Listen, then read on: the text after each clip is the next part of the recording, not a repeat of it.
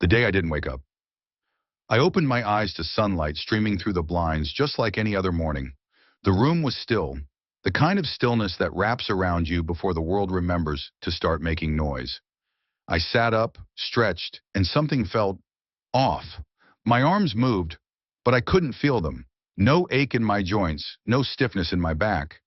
I felt light, weightless even. I swung my legs off the bed and stood up. No creak of the floorboards. No warmth of the hardwood underfoot. Maybe I slept funny, I muttered to myself. But even that sounded weird, like my voice didn't bounce off the walls. It just existed, floating there, thin and empty. I walked out of the room, half expecting the feeling to pass. The hallway looked normal. So did the living room. But then I saw me, lying on the couch, eyes closed, face pale, still. No, no, no, I whispered. I rushed over.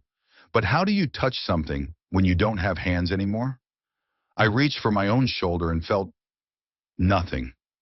My fingers passed through like smoke. I stared at myself, panic blooming, growing bigger by the second. I shouted my name.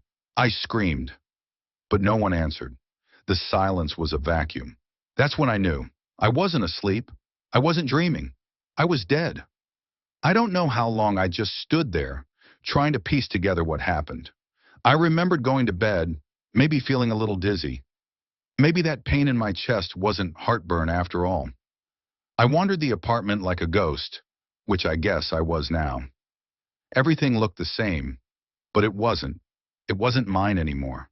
I was the shadow, the after image burned into the space between moments.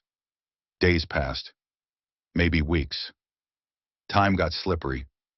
No food, no sleep, no breathing. Just watching, listening, waiting for something to change. Eventually someone came, a friend. She knocked, then used the spare key I'd given her. I wanted to scream for help, to tell her I was right there. But all I could do was watch as she found my body, her face breaking into a grief I couldn't touch. They took me away in a bag, said words over a box, planted me under some grass and a stone. And then it was just me, and the quiet, and the weight of not knowing what came next. But maybe that's the thing. Maybe ghosts stay not because we're trapped, but because we're waiting. Waiting for someone to see us, hear us, say our name and mean it.